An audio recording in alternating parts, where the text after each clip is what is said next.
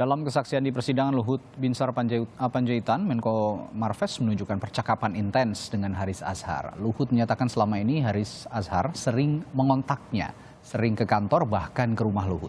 Luhut memberikan bukti percakapan WhatsApp Haris Azhar tentang bagaimana Haris sering meminta bantuan dirinya. Secara eksklusif, Kompas TV mendapatkan tangkapan layar percakapan WhatsApp antara Haris Azhar dan Luhut Binsar Panjaitan yang ditunjukkan dalam persidangan. Haris menulis, "Pak, melanjutkan telepon saya ke Bapak 2 minggu lalu, saya minta waktu ke Bapak untuk membawa atau ketemuan dengan para ketua adat dari masyarakat asli di sekitar wilayah Tembagapura area lokasi Freeport. Mereka mau mengadu dan minta bantuan ke Bapak perihal saham mereka yang tidak kunjung jelas distribusi dan peruntukannya. Saya berharap Bapak bisa sediakan waktu untuk menemui mereka."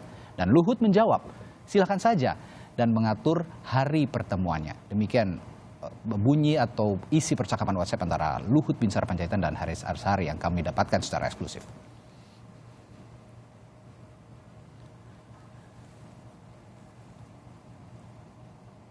Dan dalam percakapan tahun 2019, Haris juga pernah meminta pertolongan Luhut. Haris menulis, "Pak, selamat ya, tapi bantu urusan-urusan saya juga dong. Semoga sukses dengan tugas selanjutannya." Dijawab Luhut, "Oke, terima kasih. Apa yang perlu saya bantu?" Haris menjawab, "Itu Pak, urusan karyawan Freeport. Bapak harus bantulah. Minggu depan saya temui Bapak." Dan 2 hari kemudian Luhut merespons, "Oke, saya tunggu."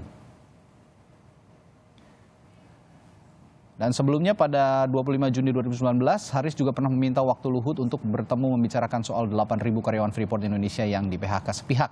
Haris menulis, "Pemerintah, Menteri SDM, Menteri Tenaga Kerja tidak ada yang mau bicara dan urus." Keesokan paginya, Luhut pun merespons menyetujui pertemuan ini sepulang dari KTT G20.